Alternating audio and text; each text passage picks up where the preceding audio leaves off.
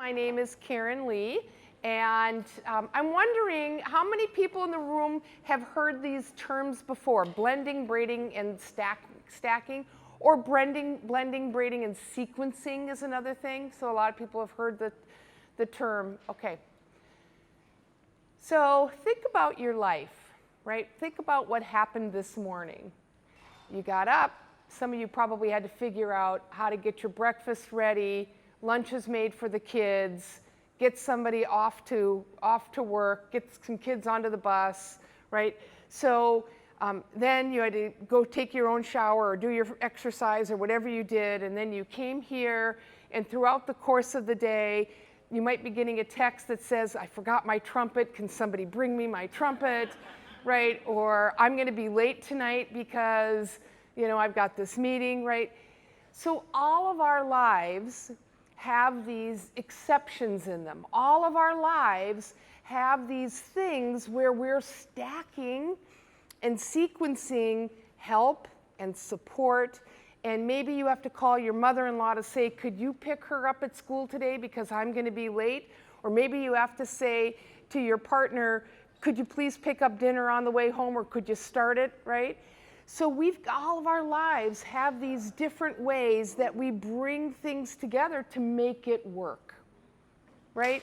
I mean, if you think about the complexity that you have in your everyday life just to get through the day, that's what we're talking about how we support people with disabilities to be successful in their job. It's not one service, it's not from one person, but it's how it comes together, and especially in Hawaii, where community and family is so much a part of people's lives, everyday lives.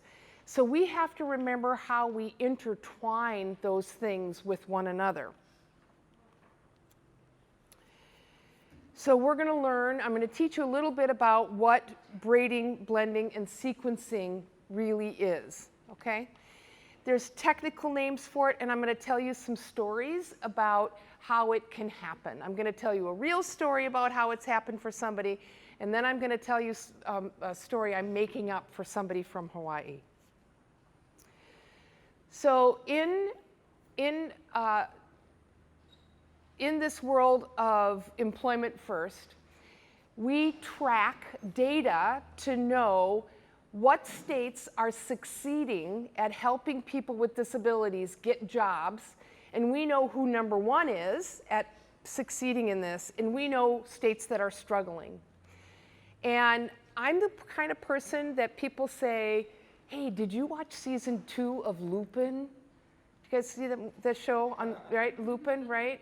It's a Netflix show about it's a book actually, and it's about and I said, I can't watch it because he keeps making the same mistakes over and over again. I like to watch the first season, and I'll start the second season, but if people keep making the same mistakes over and over again, I get fed up with it. So I feel that way about my work as well. Let's use the good information that has happened in other places to do better where we are. Let's learn from our own mistakes to do better than we did before. That's really important to me. And what I'm going to tell you is the states that have the 5 best, or the 6 states that have the best outcomes for employment with people with disabilities in our data analysis, which is done by statedata.org, which is out of the University of Massachusetts Institute on Community Inclusion, they have one thing in common. All 6 of those states have one thing in common. They all offer their services for employment with people with disabilities in a sequencing, braiding, and blending way. All 6 of them. And they are Oklahoma, Wisconsin, Oregon, New Hampshire, Washington State, and Maryland. All the states that are doing the best in helping people with intellectual developmental disabilities, as well as mental health and behavioral support needs succeed in employment, they all use these technologies. So for us to be able to think about that as we go through the day, how we can do that. So I've combed through your home and community-based waiver, I've combed through your vocational rehabilitation information, and I know you can do this. I know. The federal government not only allows you to do this, but it wants you to do this. This has been really important. Okay. So the people that we support to become employed already have this in their lives. They already have this, just like the stories that you think about yourself on a daily basis.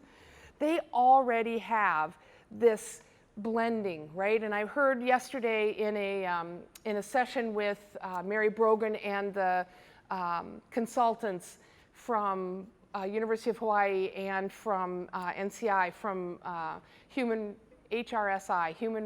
Research Institute. I heard that they said number of families when you switched over to the SIS in the home and community-based waiver, a number of people lost some hours of service.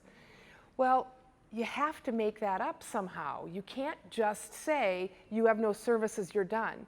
So they already started to blend in family members, neighbors, people who know their sons and daughters. They've already been doing this.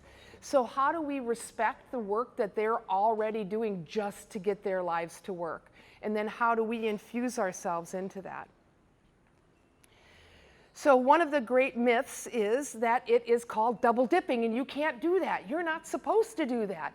You're not supposed to have more than one way of paying for something. And that's not actually true. The Center for Medicaid and Medicare, which is out of Baltimore, CMS, that does long-term care, long-term supports for people with disabilities, including people with mental health and behavioral health disorders, they are encouraging us to use this technique. They are encouraging us to do this. So we want to be able to take advantage of all of those opportunities.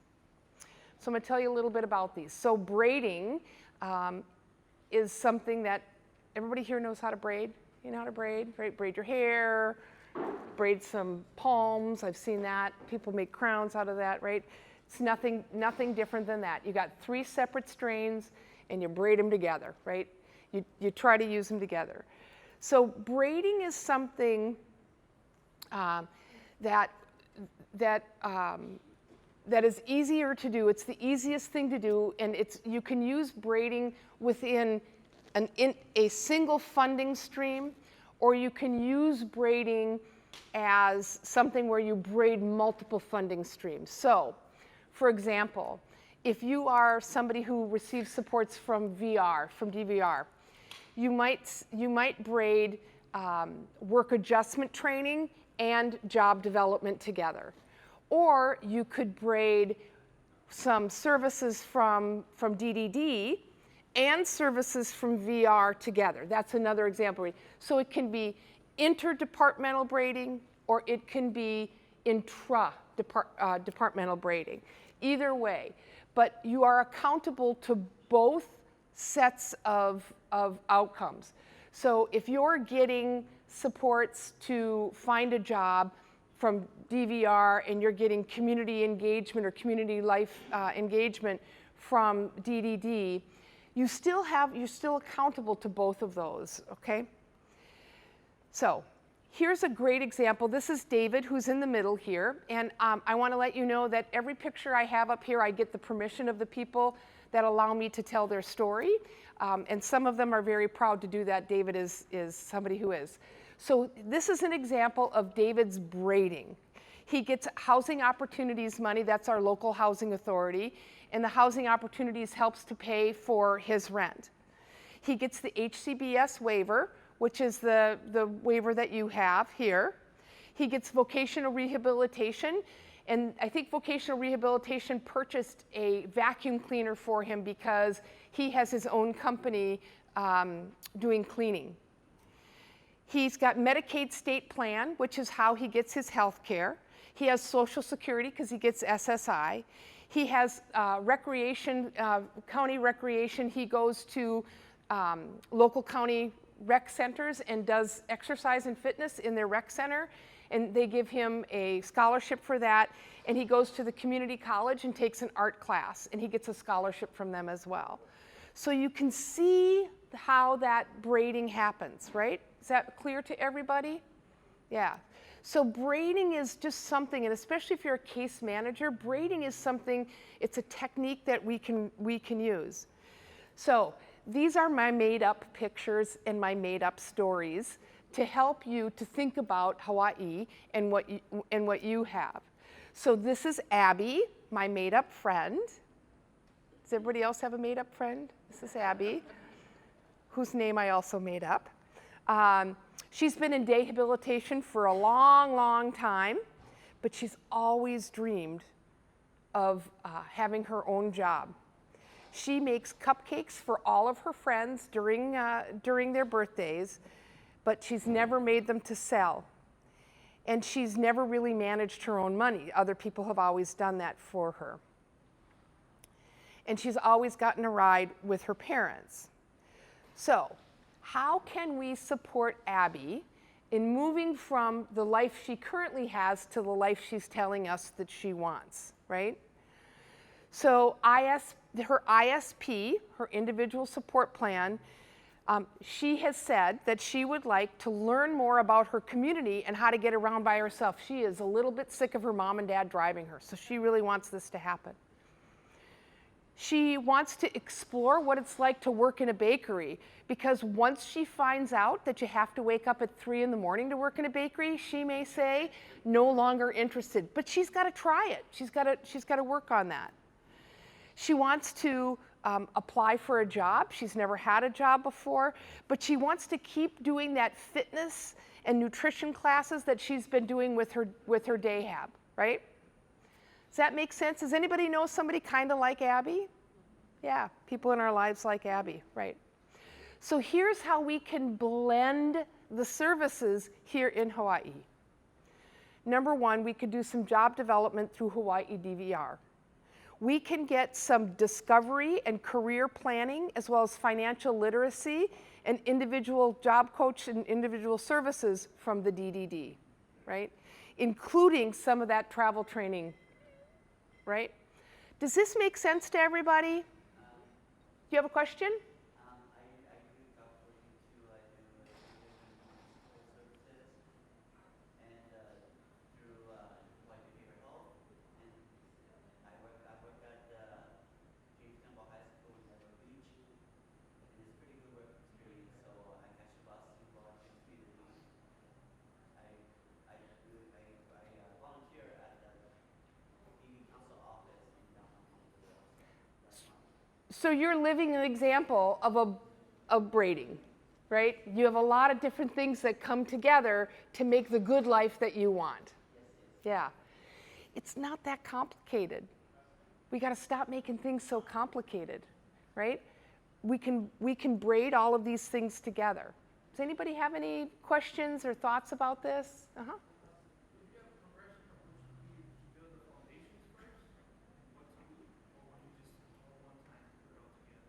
That's a great question. Do you do it all at once?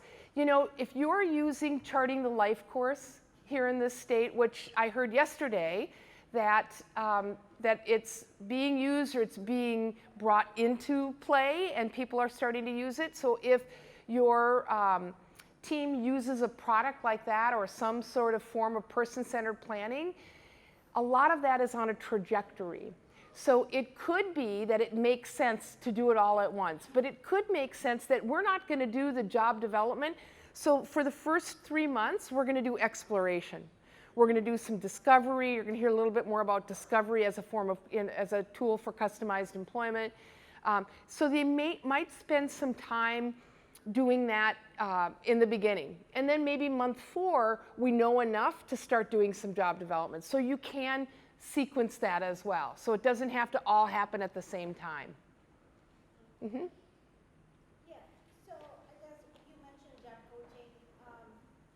There's so many aspects of job coaching. I guess I just want to understand when you say job coaching, because there's job coaching in supported employment. When you say job coaching, are we thinking of like career navigation? Can you further explain what you Yeah. in that aspect? So when I use the term job coaching, I'm providing ongoing support to somebody who is in a position already.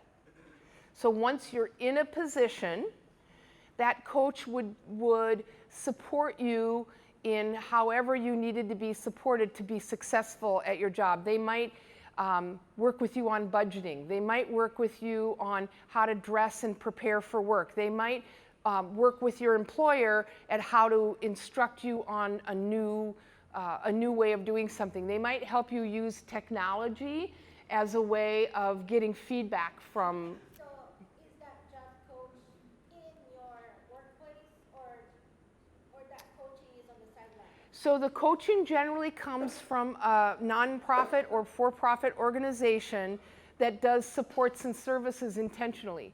There are some people who have job coaching embedded in their employer. So their employer could actually have somebody, and we call that more natural supports.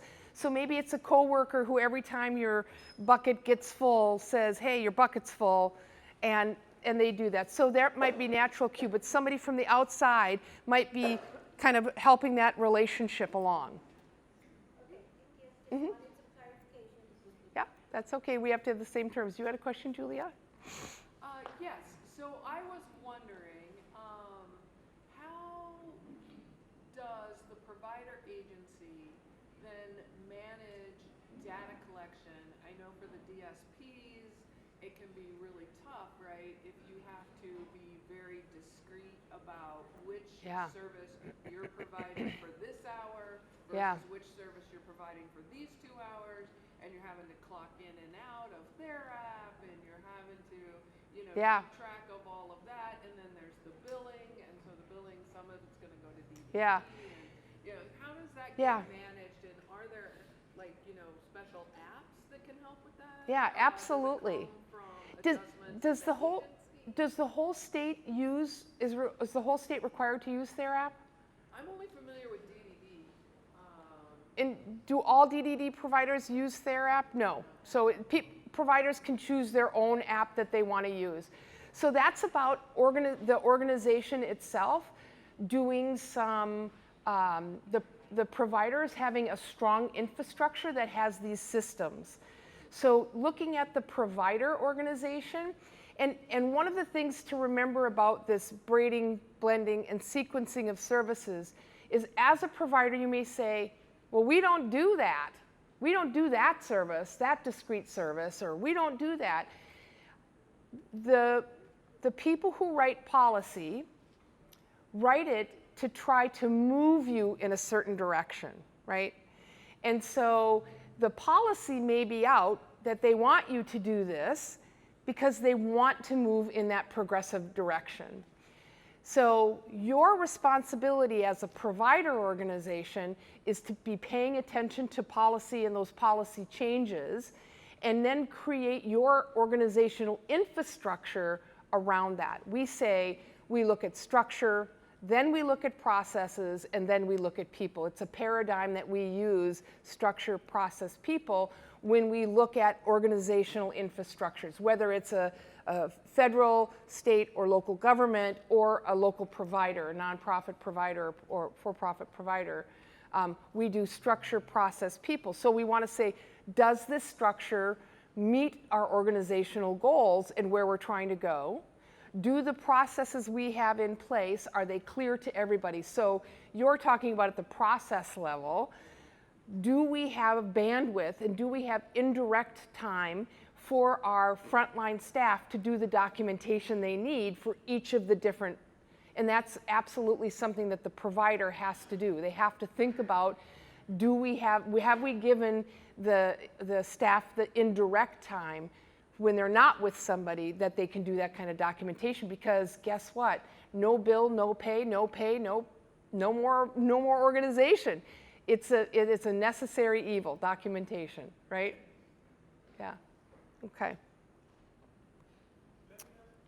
Yes. So like you talked about structure, as at the admin level, do you have any way of guide all these organizations on where structure should lie, especially how the success Yeah. And I think that's where Hawaii lacks, because there is no real structure, and we're telling them, you guys are giving us this information, which is great and dandy, but without that element, you think it's going to go anywhere, because nobody's going together on that level. Yeah. So one of the things besides being here today that the NEON grant has done, and Julia is the lead for the state, is we are going to do an analysis of following somebody through services to see where there are gaps and holes. So this is us being here today and bringing in the subject matter experts today is one way that you're using those hours, but another way that you're using those hours is to actually look at that. There is another group that is here in Hawaii called SELM, Supported Employment Leadership Network, which is a combination of the University of Boston at Massachusetts, the Institute on Community Inclusion, as well as NASDs, which is the National Association of State Developmental Disabilities Directors. NASDs, more acronyms. And together, we're working together with them, the NEON subject matter experts and them are looking together to say, where are the gaps? And they're working very closely with VR, and I know that there was just a MOU signed between DDD and vocational rehabilitation, and I understand that vocational rehabilitation has gone from 3 providers or 4 providers up to 7 providers. So I do think that there is a trajectory happening in Hawaii to look at those things like where are the structural holes. Let me ask you this, successful states, do they at all share database systems, or do their database systems differ from what we use? Yeah, great question. Every state that is successful in employment outcome has a rigorous data system that is not voluntary. That is not voluntary. In Washington state, you cannot get paid unless you put your data in, right? So to come up with that I'm certain will be one of the recommendations, is that there is a consistent database. It's rare in states, and I will say this with a heavy heart, it's rare in states for a VR and a mental health or IDD agency to share data. They do give you access to their data, but they don't use a single database. So we look at them different. And one of the reasons is because the data that we collect in the mental health and behavioral health side, the data we collect in vocational rehabilitation, and the data we collect on the home and community-based waiver, which are the three biggest funding sources for helping people with disabilities get jobs, they are asking at a federal level something different. And I will tell you, your governor's workforce board director was here today. They're responsible for your WIOA plan, Workforce Innovation Opportunity Act. And she said it's due on Monday. And had we been here a little earlier, one of the things that we would have recommended was that the WIOA plans say that these departments share data. And because that's something that's a place that it doesn't have to be in a memorandum of understanding. If it's in your state WIOA plan, then it has to happen. And there has to be funding for it. So it's kind of knowing about those different venues to be able to do it, like last year your home and community-based waiver was out for review. Did people make comments? Did people review it and say, we need to be collecting data, right? So you want to use those policy opportunities to ask for those things. So we can get really frustrated and angry that they're not happening, but we have to take on responsibility. And so I helped the APSE chapter last year review the home and community-based waiver and wrote comment that got submitted. So that's one of the ways that we influence policy, is by staying up and in tune on what's coming up and what's out for public comment and making those kinds of comments. Is that helpful? I know I didn't solve your problem. I think so, but I think it also directs you to the point where that maybe is the person you're going to talk to for all you need to fill it in the gap. It makes sense. Yeah. Making those recommendations. Yes, I wish that I could solve your problem. It is a start, absolutely. Yeah, somebody else had a question? Sorry, I might be jumping ahead in your presentation, but I'm wondering if you can help differentiate when braiding versus blending versus sequencing is necessary. Like, so for example, why job development was not included as a service under individual employment services, and it was included specifically in DVR. So there is a federal law that says you have to exhaust vocational rehabilitation before you use Medicaid.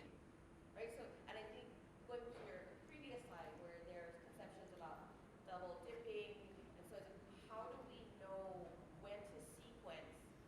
Like, what guidance do you have to help us differentiate which of these? That's a great question. How do we know? That's the role of the case managers. The case managers need to kind of understand the bigger picture for people so that they can do that. What are the exceptions? What are the parameters? It absolutely should come from case managers, because I think your system is based on the case managers helping to write the ISP. Yeah. Yeah. So some education and training for case managers is a great way, and it's something that we absolutely can help with. And I think that SELN is doing some work with that right now. Okay, so blending. Okay, this doesn't happen very often because not everybody, because you have to have outcomes, right? So you have to collect data and have outcomes. VR needs to collect data for their outcomes so they don't have to give money back. Home and community-based waiver, it's Medicaid, and people are very frightened about Medicaid fraud, so you got to be really careful about this. So not a lot of people use this of blending. And blending is when you put money in the same pot, okay? So it's when money goes into the same pot and we try to get something to happen. One place it does often happen is Project Search. Who here knows what Project Search is?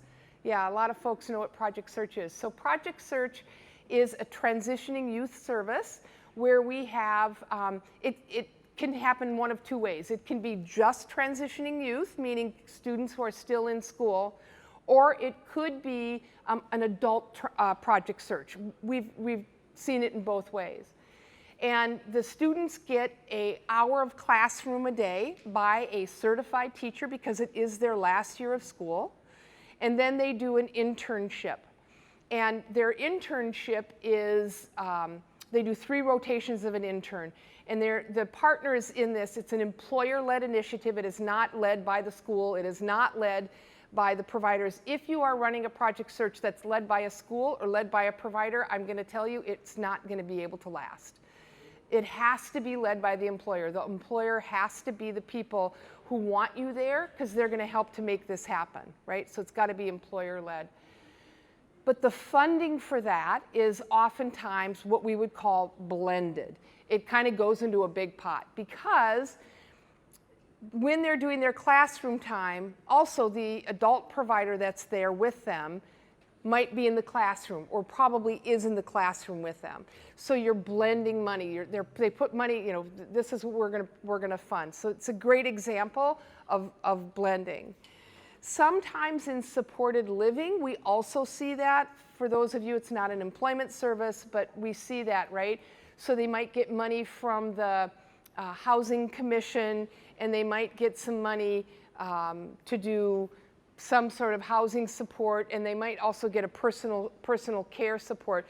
And we don't necessarily stop one service and start the other. It's kind of an all services together. There aren't a lot of examples of blending because both whoever put money in the pot needs to know what the outcome is. I've seen it in other fields work really well. I've seen it where local principals have been in charge of like an after-school club at an apartment complex, and the apartment complex puts in some money and the school district puts in some money. So I've seen it in other fields. In our field, it happens in very special places, but it's not common. We don't see it commonly, especially when there's not fantastic interagency collaboration and work, and where we need to improve that. So here's just those examples that I was talking about. So the project search is the example of the blending. We've got the school, the aid, the internship piece, and then the funding piece. So VR might pay for the internship, and pre-ETS might be how they're paying for the students. But also the school system is paying for that teacher. The classroom support might come from Medicaid. So this is just an example of that blending and how that blending can work. Sequencing is what I think we see most of the time. I'm sorry if this is really small. Can you see that all right? Yeah, okay. Sequencing is what we see most of all, and I think that was back to your question about when do you know when to start something. So somebody might be in Dayhab, and then they get some community learning services, and then they move in discovery, then they move into job development, and then job coaching, and then maybe they get some more community learning services because they're only working part-time, and they need some wraparound supports of community learning services. Okay. Let's see, okay. So let me tell you a little bit of a story about Jessie on the bottom there. She works at a daycare center, and she has somebody who helps her in the morning to get up and get ready, and vocational rehabilitation pays for that as a part of workforce prep. Then she meets she lives in a place that has, it's an apartment complex, and it's people with disabilities and people without disabilities. It's a low-income housing option for people. 25% are people with disabilities, and they have a cafe. So she meets down in the cafe every morning with her provider of IDD services. And she's self-directed. You all have self-directed services. So she gets some self-direction services where they have breakfast with her. They plan out her day. They decide what's going on for the day. Does she have to do any budgeting or shopping or so on? She then moves into her job where she gets support from an organization, not self-directed. She uses a traditional organization to get her job coaching support. And then when she comes home at night, that community learning service is there again to help her to do some of her grocery shopping and getting ready for the next day, maybe going out with friends, something like that. She's very fixated on having a life partner right now, and as I understand, just the other day she told me she has 2 possibilities. So helping her to maneuver that will be really difficult, but worth it for her. Robert in the middle, he's got an usher uniform on. He works at the Kennedy Center part-time, and so he's working at the Kennedy Center as an usher. He's paid to do that. When we have a business advisory council, and Steve's going to talk a little bit about that, about employer engagement and ways that you build your partnerships with multiple employers. So Robert presented, and he is somebody who is non-linguistic. He uses his iPad to communicate, and he wrote up his story about his job and his work, and that he's still working part-time. He'd like to work full-time. He'd like to work somewhere else as well. And one of our members was from the Fairmont Hotel in downtown DC, one of our business advisory committee members, and she said, I'd love to hire him. I'd love to figure out where I have a place. There's a number of jobs and a number of tasks that I can't get done, and I would really like to hire him because I think he's just got great energy, and we're looking for that kind of energy in the hotel world and in the Fairmont Hotel. And so we did the job development process with him and worked negotiating this position for him.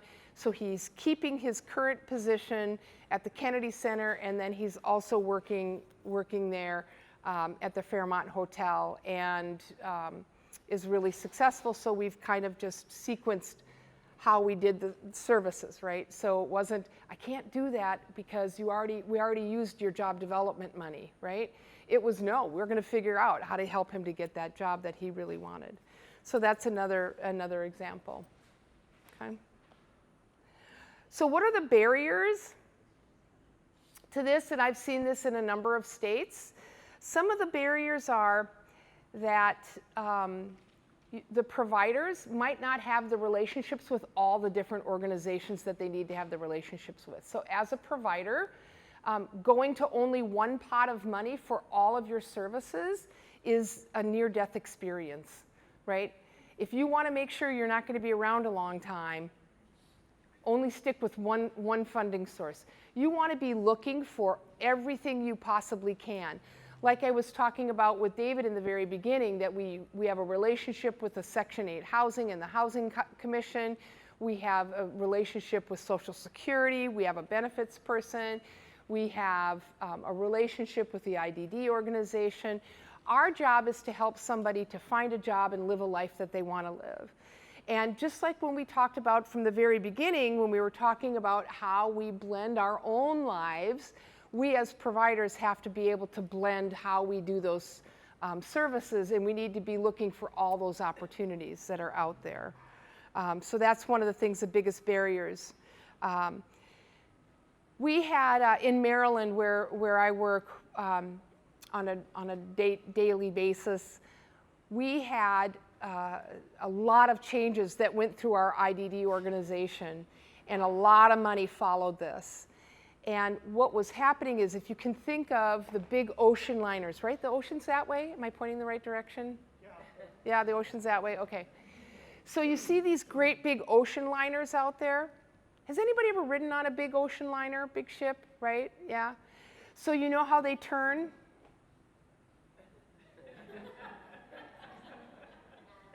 Right?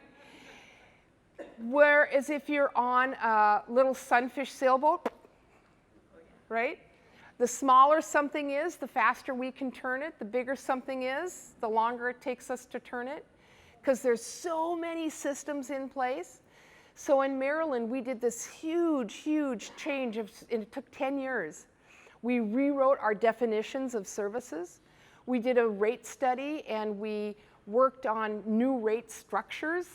We created a new documentation format and documentation of funding, like the IT system that we were working in. We changed how services were provided. We rewrote the waiver. We recreated those memorandums of understanding with other departments. We did all of these things. So the ship is moving and it's facing in the right direction, and the providers go,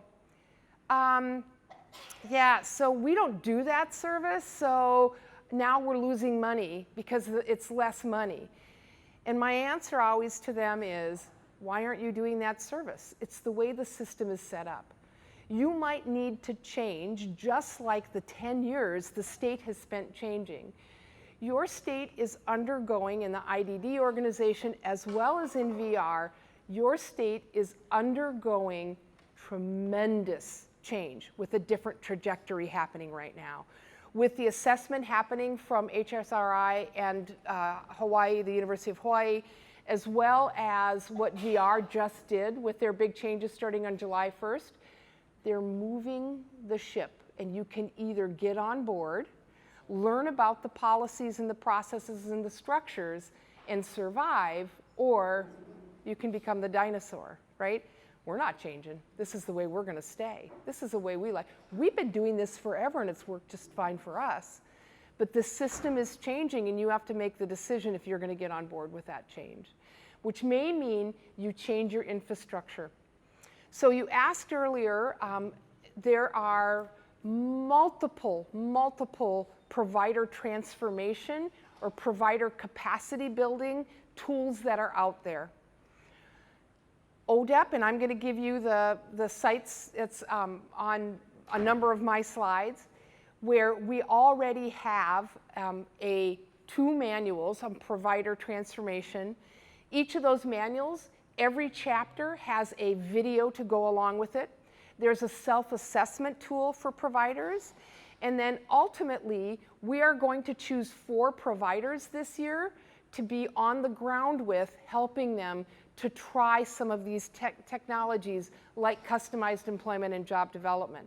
So one of the things that Julian and I will need to work on is an application process. So if you are from a provider, or if you are a case manager, or if you work for the state, and you know of a provider that you believe could benefit from having some on the ground, we're talking about 2 full days on the ground with subject matter experts that come in and work directly with the provider to help them move their ship a little bit in terms of employment outcomes for people.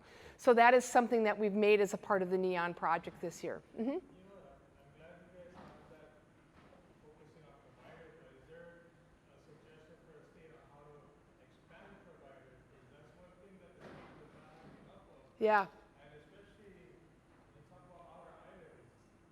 Honolulu has a certain set, so they might be okay with the populations out there, but you get to rural areas, there's no providers. yeah. Like a lot of those services that we kind of talk about how grading, like we wouldn't be able to provide that. We got no way. Yeah. We wouldn't be able to provide that. There's not no way. Yeah, how do we build capacity of providers?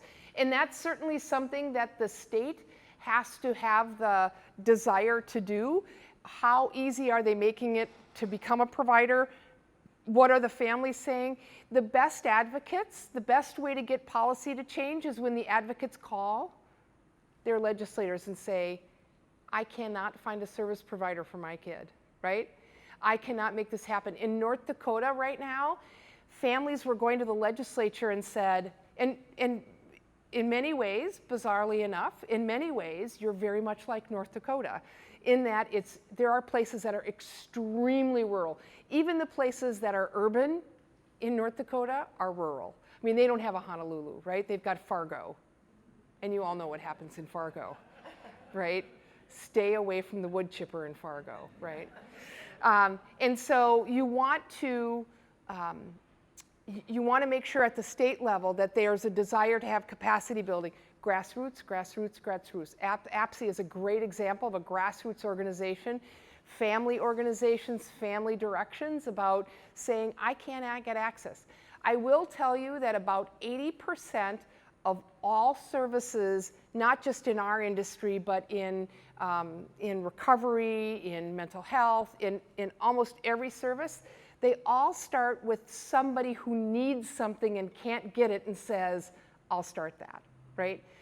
Generally, a group of family members that are really concerned for their sons, daughters, sisters, siblings, generally is how you started. The question is, how easy is it to do, right? You have to incorporate, not so hard actually, but you have to get a license. And so are we making that difficult or not? And I'm working in a couple states right now that if we do only employment services, we're making it really easy. Because employment services are much less complicated in terms of people's lives than some of the group homes or supported living or host homes, those kinds of things. Then we're dealing with medical issues and you're dealing with a lot more. So trying to maybe have 2 tiers at the state level, 2 tiers of licensing, one that's maybe a certification and one that's a licensing. That's one of the things I've seen in a lot of states. And that may be a recommendation. If it's really difficult to become licensed in the state of Hawaii to do the service, might be interesting to look at that. Again, grassroots. It's got to come from the grassroots. That's right. I always say nobody changes until the boss is inconvenienced, right? Nothing changes until the boss is inconvenienced. The boss is like, yeah, can you take care of that? You go take care of that. And it's all of a sudden like, now I'm having to spend time to do this. Something's got to change, right? Yeah. I saw another question in here. No, it was more of a comment. I think I work at the American Job Center, and we have American Job Centers on Hilo, Maui, and Kauai. And so they often said Oahu has more opportunities and so forth. I deal with employment there, right? So I had the challenge of communicating with the employers here. I think it starts with who are your providers here? And then see what kind of relation they have on those other islands. Yeah. Because they may not know about the people that are on the other islands. So find employees here that have relationships there and start there. And what I did was I had through virtual talk to all their AJCs and have them get to know what we know. Yeah. And introduce them to those islands because they know their island population and whatever is better. So let's just start. Right. Who's serving you here that can help Right. you there? Or it's a great observation. Who's serving you here that could possibly work there? But here's a better idea. You talked about the America's Job Centers. That's already a group of people who are workforce professionals that know how to do that. So I'm working in 2 states right now to bring disability employment more front and center into the America's Job Center. So in Oregon, I'm helping them to create a certification process that says, if you're already certified by the state as America's Job Center, you can already get paid for home and community-based waiver services for job development and job coaching and customized employment. And we're making sure that they get the training. So we're looking in other interesting places for providers. So not traditional providers. The America's Job Center is a place to do that. In Arizona, the America's Job Centers goes to local providers and says, will you hire somebody who is a disability employment specialist and have them come into here? We'll pay their salary, but you hire and supervise them. We'll pay their salary here in the America's Job Center so that if anybody comes in with a disability, you've got capacity there. So rather than hiring one of our traditional workforce people, we're going to give the provider the money. So there's a lot of creative partnerships and a lot of creative ways that people have used for doing this. So it doesn't always have to come from the IDD agency. It can come from the existing resources. And how do you look at the partnerships and the people who are already doing this? Is there an excellent temp agency in the area that might work really well? They know the employers. They're doing well.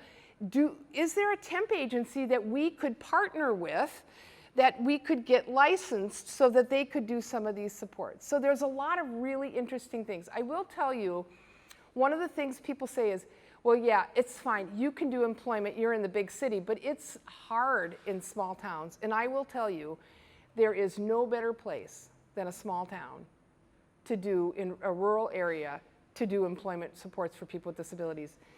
Those folks have been a part of that community. They are known to people. They have relationships with people. They are not seen in a way that is separate, but they are seen as a part of the whole. I have more luck doing employment job development in small towns, and I'm working up on a Native American reservation up in North Dakota. And the town where the primary town is about 1,300 people, and then the next town over is about 1,500 people. And I think we've gotten about 20 people jobs in the last year and a half. It's just been a tremendous opportunity to do that. So other barriers, this blending, braiding, and sequencing is not meant for families, right? It's a complicated system. I heard that yesterday, that the families are very confused. They're not getting a lot of communication about changes to their CIS score and what that impact is. So how do we support families on that? I think one of the things that we've talked about doing with the NEON project this year is to actually follow somebody, right? Is somebody who comes into the state, whether they've been getting services and supports or not, but wants to work. Let's follow their story. Let's follow their trajectory to see if we can find out where those holes are. Families, if you think about it, there's a master's degree and PhD degree program called Transitioning Youth, right? You can get a master's degree or a PhD, and yet we expect families to understand that process, but yet we've got PhDs in it. It's really complicated. Remember, they're going from a single system, right? The school pays for the service and provides the service. It's a single payer system, right? One-stop shopping. To a system as adults where you've got SSI or SSDI, you've got housing, you've got IDD, you've got VR, you've got mental health, you've got Medicaid for long-term chronic and acute support. You have all these different funding sources. And the funding source doesn't actually provide the service, right? The service is provided by, it's complex. I mean, if you take a moment and create the the web, and it does look like a spider web, and create the web of how that is. So how do we support families in understanding those options? And then how do we guide and support families? That's another thing that can put us in a fail. And then that lack of agreement between organizations, that lack of desire, that lack of, I think we heard today that your workforce board, who generally sits on almost all employment first boards and oftentimes even houses those employment first boards, has not been involved up to this point. So your governor's workforce board, do we have the right people on the table? Who's read Jim Collins' Good to Great? Do you know the book Good to Great? It's a great book. Take a look at it. He talks about the first thing you have to do is you have to make sure that you've got the right people on the bus. And then you got to make sure you've got the right people sitting in the right seats on the bus.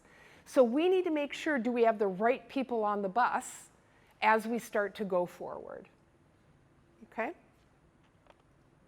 So any questions? We have about 5 minutes. Any questions, comments? I wish that I could tell you we're going to snap our fingers and make this go away. I think what I have learned about Hawaii is there's a general sense of collaboration that is starting to come up from the ranks, and I'm feeling very hopeful about that collaboration. I think having a summit like today that's got such diverse membership at it, I think joining your local APSI, your statewide APSI, is really important. If you haven't already belonged, you join the national, and then you are designated to join here. You've got some great leadership who's got great vision in Hawaii right now. You've got some resources coming in to help, and grassroots, grassroots, grassroots. If people don't like what's happening, they need to let their legislators know so that you can start to forge a change. As I said, this amazing thing is happening in North Dakota where families said, my kid left high school and he's sitting home and everything that you paid for the last 22 years has gone out the window. And as a result, the legislators brought in somebody to evaluate the transitioning youth system, and now changes are starting to happen. And that's because families went to their legislators to say, we need something to happen. Grassroots, grassroots, and that's what you are. You're all grassroots, and that's what APSI is. It's grassroots. Any final questions, comments? We live in Colorado, and our state, like similar to your question, we can't really depend on DVR counselors or resource coordinators to know how to do this. And so I know that's like ideal, but in that case scenario, how can we as the service provider advocate for? Yeah, so how can you advocate as a provider and not always count on that? You have to read the policies.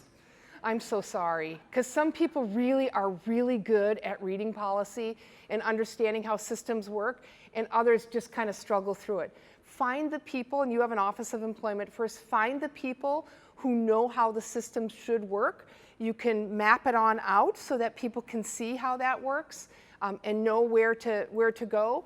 So I do think it is the role of the provider to understand that, to know where to go. Especially in some states, case managers and VR counselors are siloed in that it's not their role to look at the whole person's life. It's only their role to look at specifically one funding source. So the provider ends up having to do that. And I would say the providers that thrive are the ones that have more than one relationship with more than one funding source and understand how to work that system. When Steve comes to talk, he's going to talk about partnerships. And I will tell you that partnerships is not just between you and the employer or you and the family. Partnerships is how you interact and how you work with your state. So is there a state council that you can sit on? Is there a state work group that you can be a part of? That is how you do systems change. It comes up. Very, very rarely is policy created because of the will of the government. Generally, policy changes happen one of three reasons. It happens because people are, there's been research done that shows us something completely different. The advocacy community comes forward to demand the change, or that there's some sort of reaction policy change at the government level. Sometimes, and we've seen this in our industry, that we've had three huge changes, that we went from institutionalization to community and semi-community, and then we went from community to now where we are looking at people living their best lives in person-centered supports and services. We have a long way to go, but each one of those changes has happened because policy, research, and advocacy came together, and it was the Big Bang, and there was a change. And so those are the things that you have to remember. What is your role in each of those three areas, and how do you use it as a catalyst to make those changes happen? Yeah, I was involved in creating the original strategic plan and state assessment for Colorado, and involved in writing that legislation, and it's been a joy to watch how Colorado, so that's to say it can happen. It's happening. It's happening across the country. In a lot of states, we're taking a long time. We're not always everybody's policy priority, but it is happening across the United States, and organizations like APSI and your state chapter are critical in helping to make that happen. Yeah. Anybody else? Thank you so much, and we'll make sure that you get access to these slides, but also to some of those provider transformation. We have a webinar that goes on every month. The ODEP does, the NEON project, and it's relevant things to providers, and we'll make sure that you get access to that. I'll have the code up later. Maybe during lunch I'll have that code up so everybody can take a look at it. Okay? Thank you.